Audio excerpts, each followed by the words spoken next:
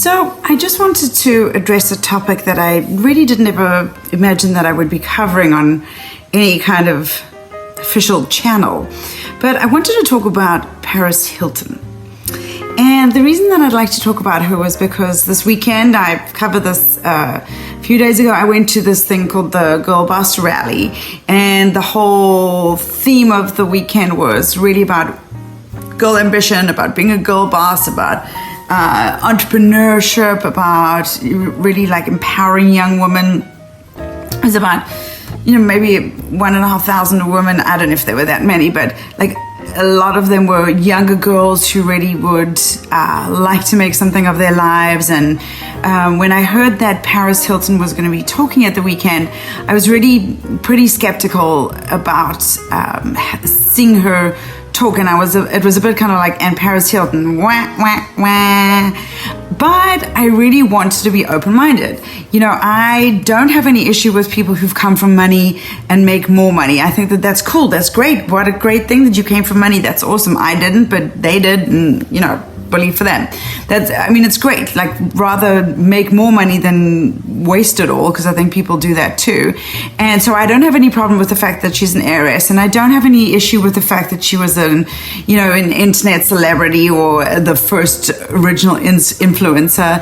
And I don't have any problem with the fact that she kind of had a sex tape. That wasn't her fault. And I presume that she has a lot of fans out there. Apparently she commands up to $500,000 for a gig. I hope she just DJs for that $500,000. I don't know what else Paris Hilton does for $500,000. That wasn't very nice, but there's a lot I would do for $500,000. But anyway, let's not go down there.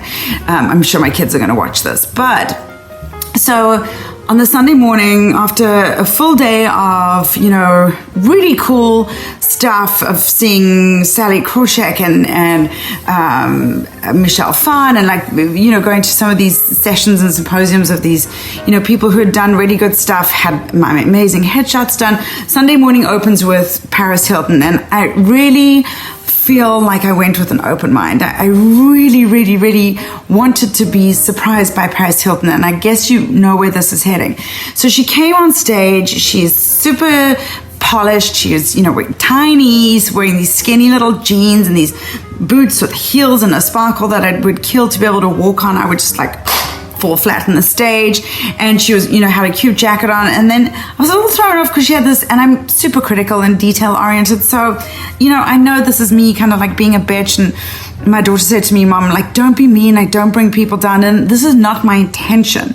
My intention is not to bring Paris Hilton down. But what was written on her t-shirt? What was in the sparkles? It was red and sparkly, and I don't know if I was supposed to read the t-shirt. Mine says something in, I guess this is Japanese, but I'm sure it says something about Coca-Cola, but I could bedazzle it and be like Paris Hilton. And then she had motorcycle gloves on. The ones with I don't know if they're golf or driving gloves or motorcycle gloves. They've got a hole here. And she had I think it was blue nails, long nails. And for some reason, I don't know if it was the big screen. I didn't have great seats with the big screens, but they made her fingers look red. So it looked a little bit like it had cut off the circulation and her fingers were going red from that. So that I found very distracting. And if you're a little ADD like me and you find things like that distracting, between the sparkly t-shirt and the weird things that were happening with her hands. And she also spoke into a microphone, and I guess some people prefer doing that to those clip-on mics, but the topic was supposed to be about cyberbullying and the internet and being an influencer. And I do feel that Sophia, who ran the questioning, could have done a better job about guiding Paris to these answers, because Sophia would say, so, I know that you have said in the press that your sex tape was the worst time of your life and you didn't come out of your room. And then Paris would go yeah. Although, so here was the weird thing. So she starts, they introduce her, and she comes out and they sit down and she starts to talk. And she talks in this super deep voice. And, it's so, I hear you've released 25 perfumes. yes, I've released 25 perfumes. And like at the very end of it, Sophia was like, thanks so much for coming and bringing your deep business voice. And it was like, it really bothered me and I couldn't think why. And then suddenly it hit me. I've been listening to the podcast called The Dropout, and it's about Elizabeth Holmes, the lady who started Theranos, and it was at one stage the youngest female billionaire in the United States, maybe in the world. And she was a fraud and a dupe, and I think she's going to go to jail. And the podcast was awesome. But one of the things they talk about was how when she sort of transformed herself into this businesswoman, she spoke in this super deep voice, and people who knew her previously said that she never used to have that voice. And I kind of have a deep voice sometimes, so I get it. But Elizabeth Holmes never used to have this deep voice. Her name was Holmes, right? I think it was.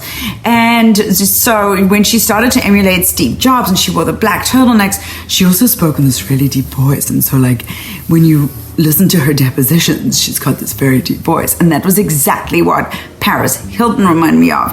And then there were things like, how do you take over? Like, what do you do when you come into a boardroom? Like, how do you face being in business? She was like a boss. And then she'd do this little thing with her shoulders and then smile at the audience. I didn't do it very well. So I guess I am ragging on her, but it was just very disappointing.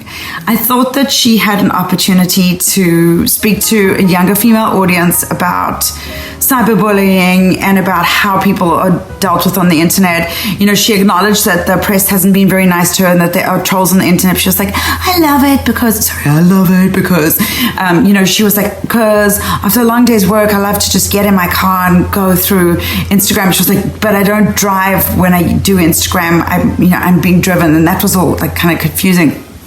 But she really had a chance to come across as a role model. She really had the chance to share with people who she is. And she did say that there's going to be a documentary about her that she's working on and that it's going to reveal the real her. Well, this could have been a teaser because now, maybe I am more intrigued to watch the documentary, but I felt a little duped. Like, is the documentary going to be more, Paris speaking in a weird voice, or is it going to be really her? And like, who is she really? And nobody has an obligation to tell us who they really are. And I can't imagine how it must have been being young and growing up in the public eye, always under scrutiny. And, she started clubbing when she was really young. She spoke about that. And I understand that it must be awful to have paparazzi and people looking at every aspect of your life, but it's not that everybody has to go and change the world, because if that's not your calling, that's okay.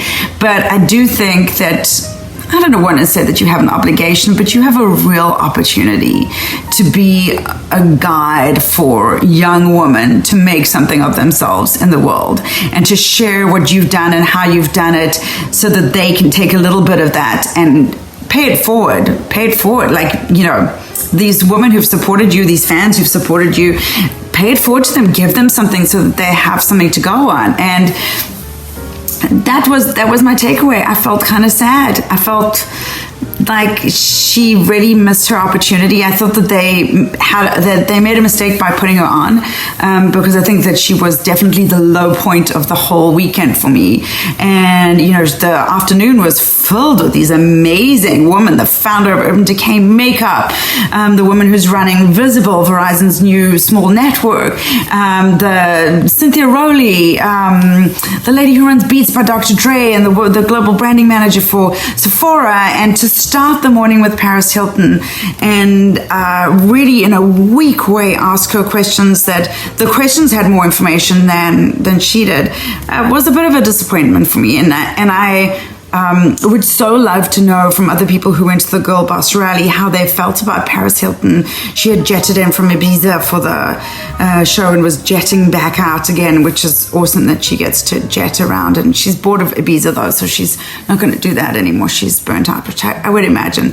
Maybe I need to listen to some of her music or her DJing or something, because perhaps I'll have more respect for her. But definitely not from the way that she came across at the Girlboss Rally. So I wanted to share that. And I wanted to make it clear that the point isn't to drag someone down. It's just an encouragement that there is always an opportunity to lift people up or to share something really honest about yourself.